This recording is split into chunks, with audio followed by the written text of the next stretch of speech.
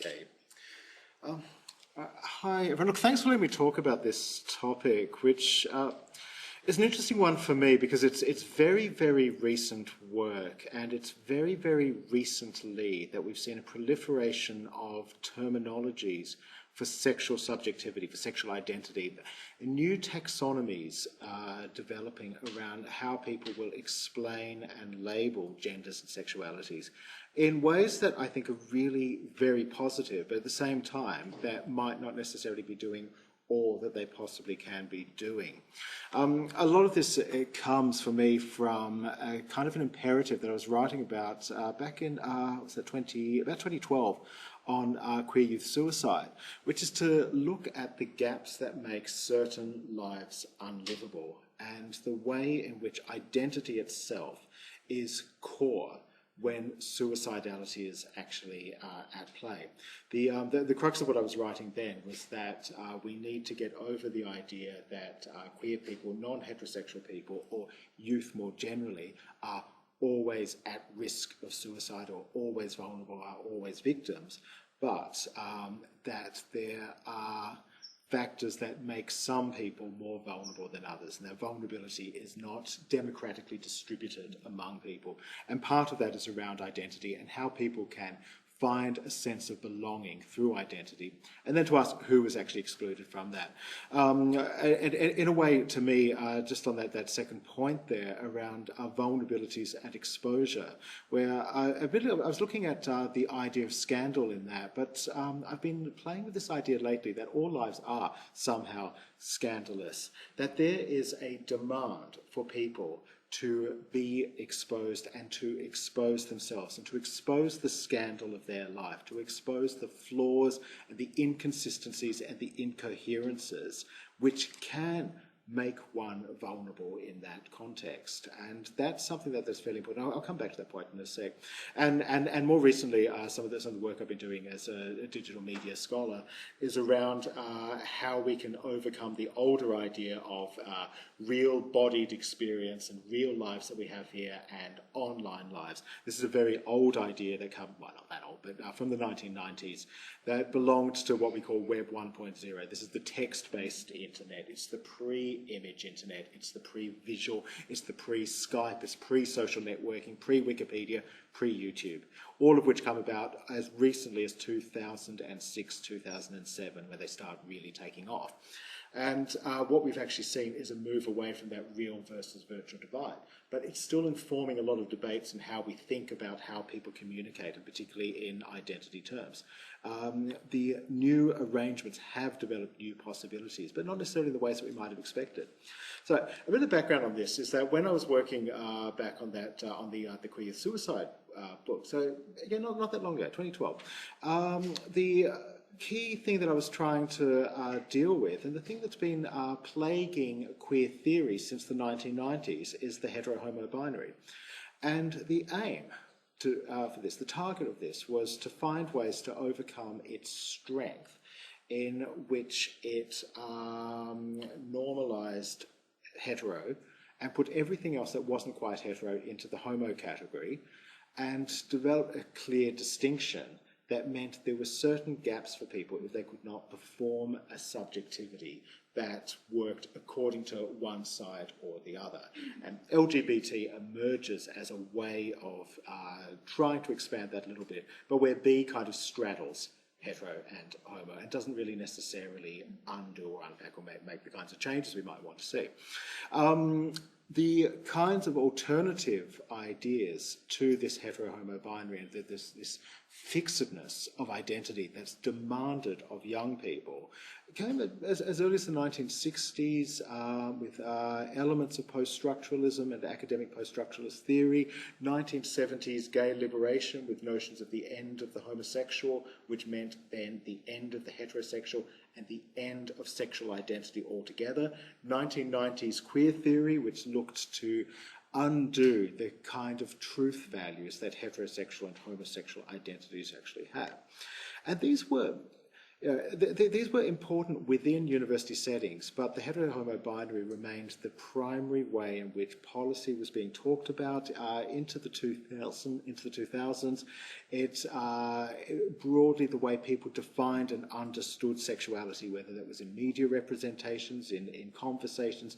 The language of sexuality and sexual identity was always around this dominant idea of the hetero-homo binary. And what that produced was deeply felt attachments to those categories, the kinds of born that way expression that comes out of thinking about one's identity in those terms.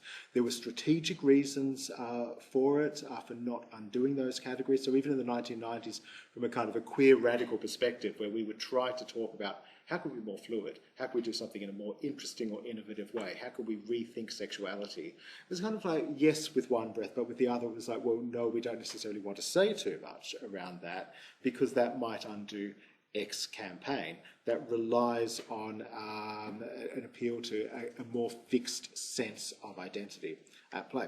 So anyway, so that's been dominant for a long time, but what we've actually seen in the last 2 to 3, 4 years, really, at the most, is the sudden proliferation of sexual identity norms, categories, subjectivities and selves that have emerged primarily online in interactive networked environments.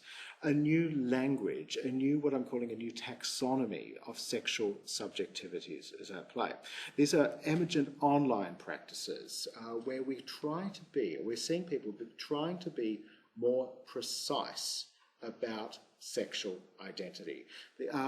Phrases like cisgender, the one I would probably have to use in this setting if I were to identify myself, I'd probably be saying I'm a cisgendered queer male, or possibly a queer non-binary, queer and non-binary. And I waver along those, and I'll come to some of those later. But other people in the room might identify as hetero flexible by gender. And these will be perfectly legitimate, deeply felt attachments to new identity categories. And they've become recognisable terms that are starting to replace not just on one side the more narrow hetero-homo binary that's at play, but more complex conversational ways of explaining sexuality. Now, without wanting to make this in any way anecdotal, I'm always reminded of a conversation I had in, it would have to be maybe 2002, with the wife of a friend who, in talking about certain aspects of sexuality and gender and identity and so on, became very confused about what I actually was and became very upset. And she started crying, which might be another issue altogether. But towards the end of this conversation, and I think there's probably a fair amount of alcohol involved, so that might be the cause of this too, she grabbed me by the shoulders and she shook me and she said, "What are you?"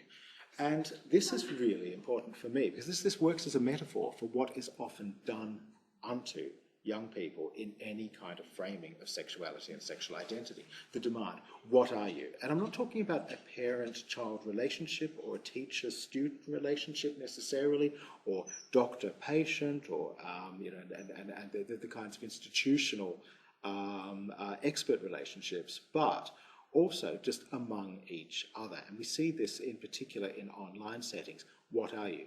Now, in a way, this is responsible for developing new, for the development of new kinds of identities that help to explain, rather than demanding people to confess through a long conversation. It's like, well, yeah, I did, but I did also do that. And, 5 years ago, I was kind of thinking I was a bit this, but I'm also a bit this, and so on, which is the reality of sexuality and gender in general.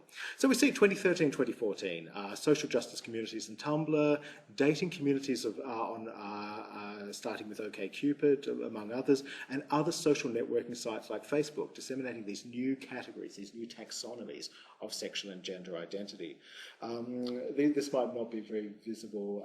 This is what Cupid has listed as its 22 genders and 13 orientations, all of which are fairly important. This is what what they look like here. Gender such as agender, androgynous, bigender, cis man, cis woman, gender fluid, transgender, trans man, trans masculine, and so on. I won't go through the whole lot, two-spirit, and so on. Sexual orientations: asexual, bisexual, demisexual, gay, homoflexible, heteroflexible, lesbian, pansexual, queer, questioning, sapiosexual, which is an attraction regardless of gender to intelligent people only, which seems to make a certain amount of sense, and straight and omnisexual, among others.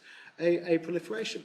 Now, an important proliferation, because I think that this is starting to see a change. Certainly the conversations that I'm having and the kinds of analyses one can do online, a change in how we think about sexuality.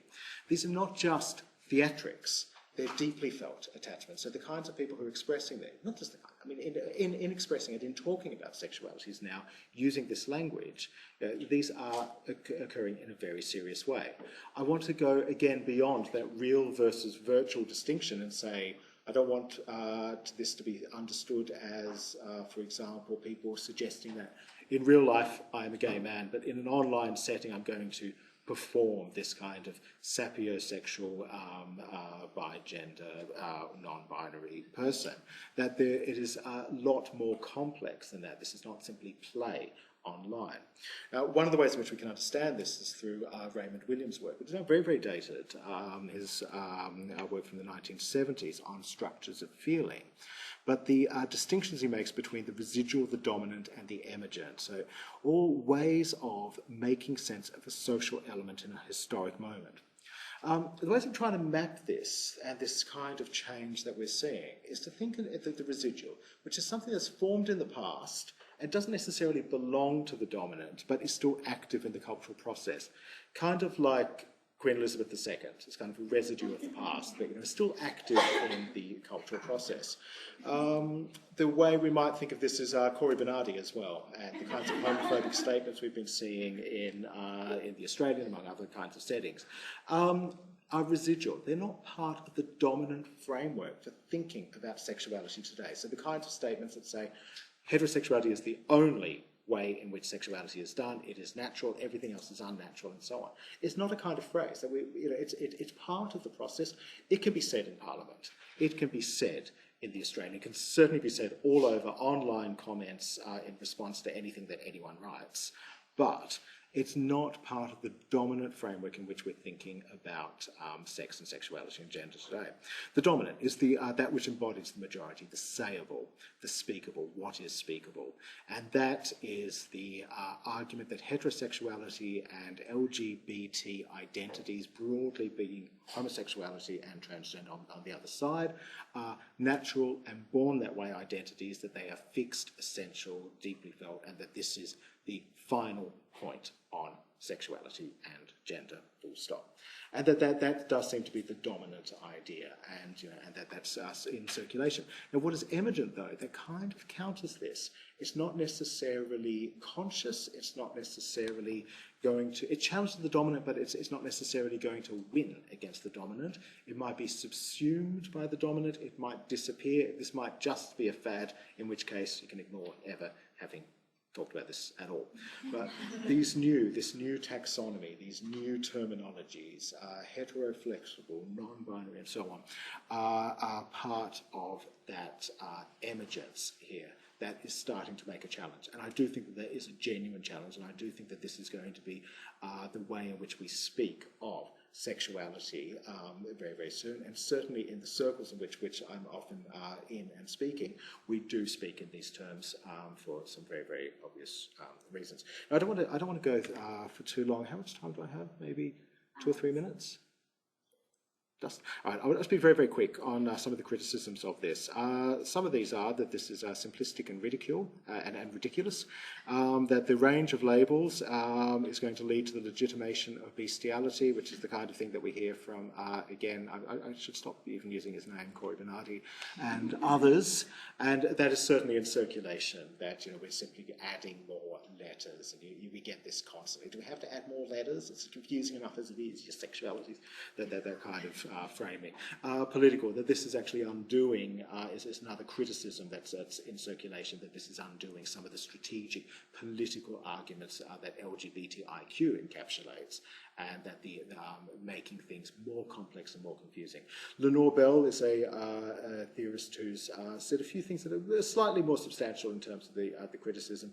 One element of this is that I think is very, very useful, is that there's that these labels that are primarily, but not exclusively, expressed by comfortable middle-class Americans in her analysis, and that there is that is not necessarily the ability to develop and articulate oneself in more complex ways is not something that's evenly distributed. It's a bit different for someone from, say, a low socioeconomic background in a multi-generation unemployed family to be able to go and say, I am bi-gender, sapiosexual, as opposed to saying I am gay or I intend to be trans, and so on. It might be useful, it might be powerful, but it is certainly not the same setting in which one can speak in the same way.